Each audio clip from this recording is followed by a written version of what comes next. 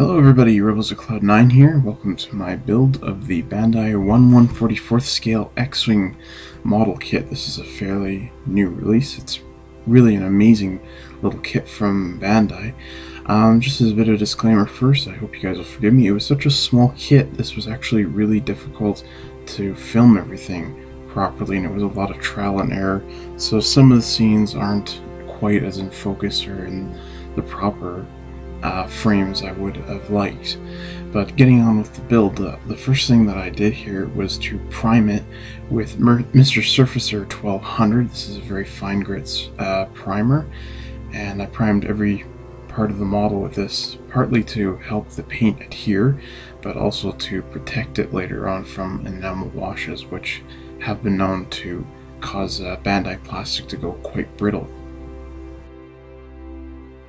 Another thing about this build that was quite difficult was, again, the small size of it, but also that I would be basically painting sometimes just a single square panel line of there. So a lot of these frames or shots don't actually last that long. They might last a couple seconds. So as usual, I have included all the paints on the videos, so you'll be able to keep up if you want to use these same colors.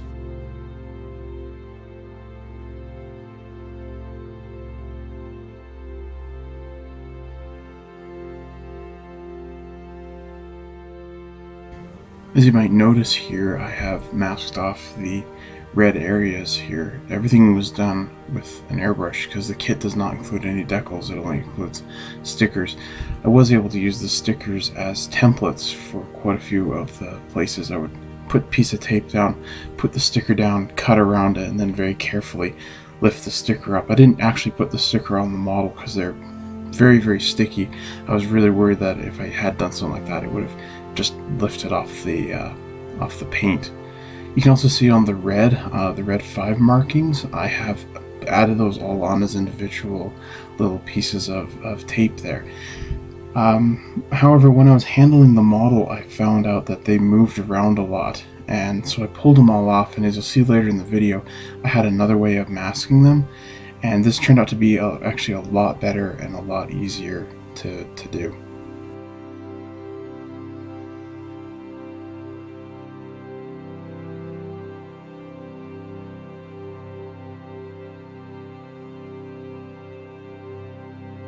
I based a lot of the color references off of Bandai and Fine Mold's X-Wing for the red 5 markings.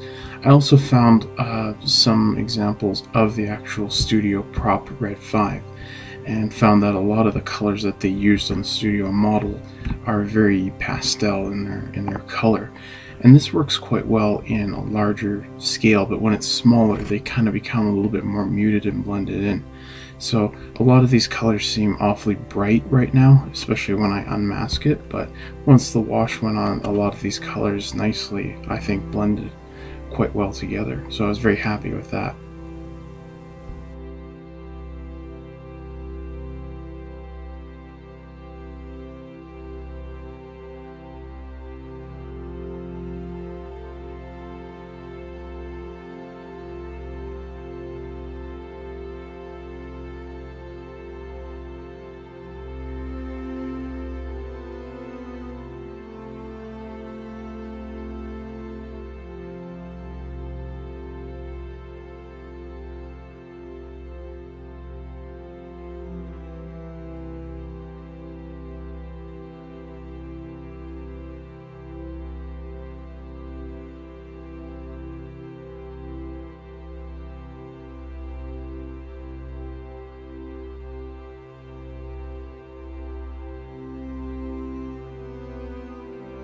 A lot of you might be wondering why I didn't just paint the entire model a nice gray color and then hand brush all of the colors on there.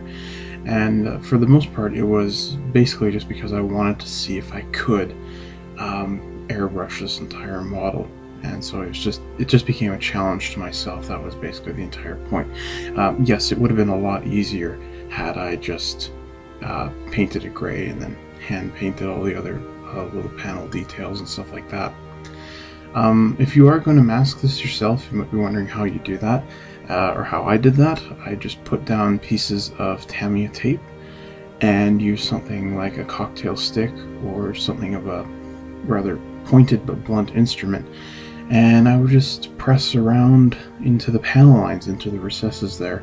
Taking a very sharp knife, I would just very carefully, slowly trim around it, and I'd have my masks. So it was a difficult process. There was quite a few times where it was, trial and error, where I'd have to do 2 or 3 times to properly get it, or something just wasn't quite as symmetrical as I would have liked, but it did work out.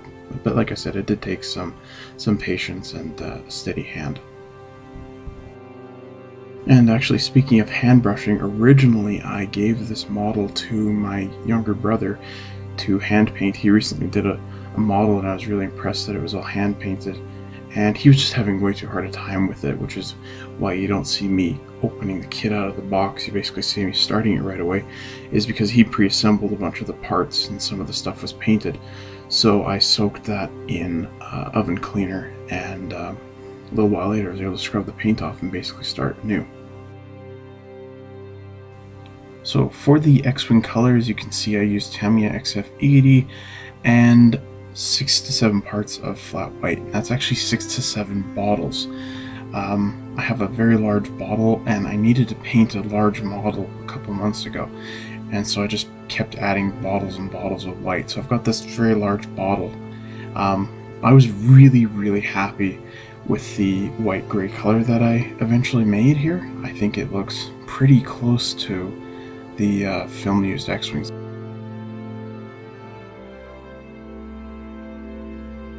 These bands that go around the cannons, as you're seeing here, they were the most nerve-wracking of all the masking, to get them on there properly and to make the tape keep its adhesion. And so when I removed them, and they were, I would say, about 95%, maybe even more flawless, I was really happy with this, because they were the part of the model I wasn't looking forward to the most. I kept thinking, what if the tape loses its adhesion while I'm spraying on them? And it did start to do that, because it's very dry, because it's winter right now. And that was basically my motivation to say, hey, I gotta get painting right now.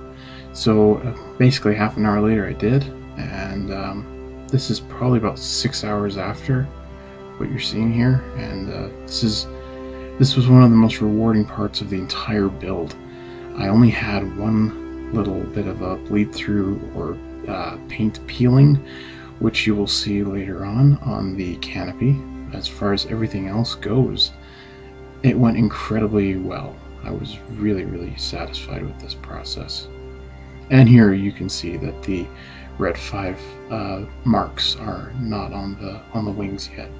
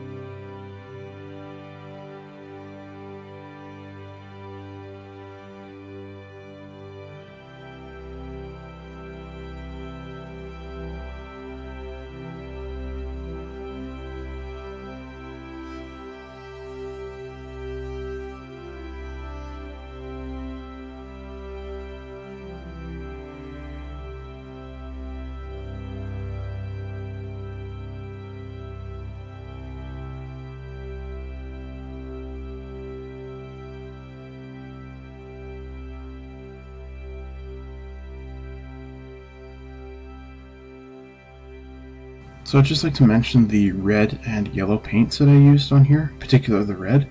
They are from the new Vallejo paint line, the Mecha Color series, and I really love these paints. I love the brightness and the tone of this red. I think it matches the personality of an X-Wing and Red Squadron quite well.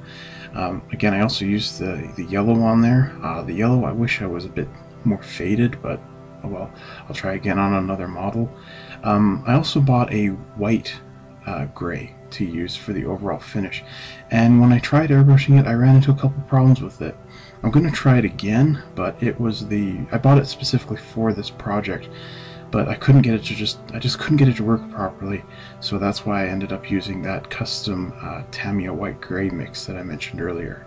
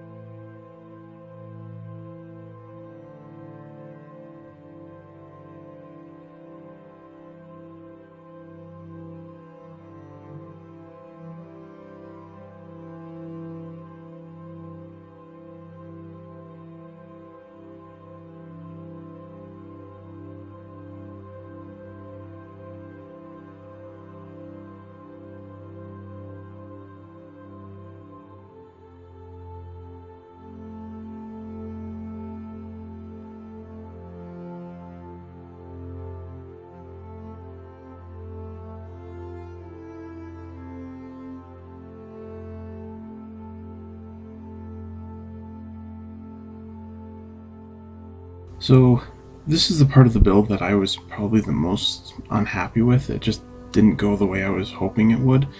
I wanted to paint the inside of the engines here a really nice kind of burnt effect. It's mostly visible just from inside of the wing, just very, very faintly. And I tried by lightly airbrushing some black on here, and then as you'll see in a moment, some dark brown. It didn't quite work out as well as I wanted. Basically, Tamiya had the exact color that I wanted, and I completely forgot about it. It's either called burnt or dark iron, and yeah, I remembered about it as soon as I finished airbrushing this. I saw it in my paint tray, and something I will try again, but I will definitely be using that color later on in future X-Wing builds. So this is one of the most rewarding parts of the entire build. Here I'm removing these very long, thin strips of tape that I had cut. This was very difficult to do. Required the use of a compass tool to properly align them and to basically keep the spacing. It was a lot of work, mostly because of the small scale, but the results were far worth it for me. To just be patient and to take my time. I eventually got a lot quicker with it once I got to the final wing, and I'm just incredibly satisfied with the end result of these 5 red tabs on the wing here.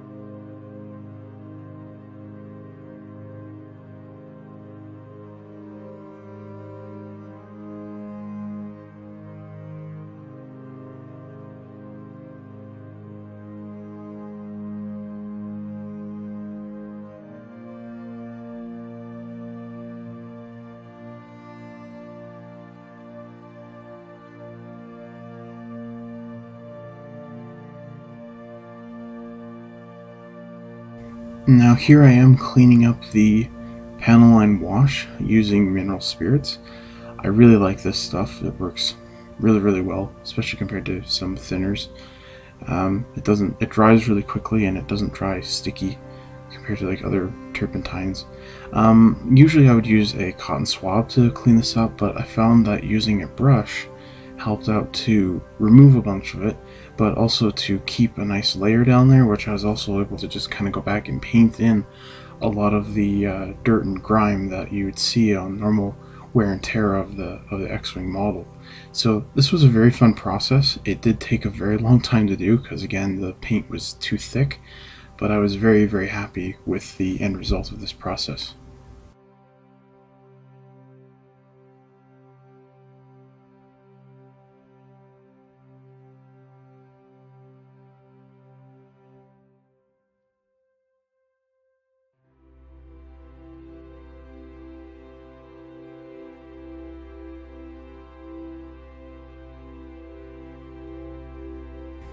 And here is a little bit of soot from a Tamiya weathering master set, and I use this to paint on the burnt effect of the afterburners here, and I was really pleased with how this looked. This looked exactly the way I had imagined it.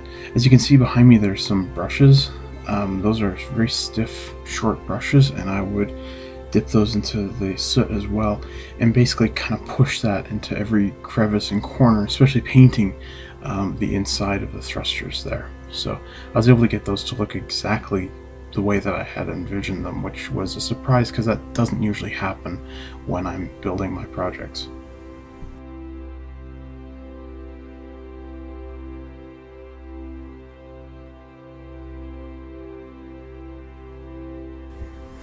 I sealed in all the colors, the wash, everything with a gloss coat of Future floor polish, and to dull that all out and revert it back to a flat state, I used Army Painter flat varnish, and I love this stuff. This is my new favorite go-to product. I used to use Tamiya flat clear. I've since thrown all the bottles of that out that I had. I love this stuff so much more. It works a lot better, and it doesn't leave a graying effect, kind of a frosty effect that some flat clears leave. Some of them have a tendency to do that. This just basically brought every color right back to its original standard. I was really happy with this stuff.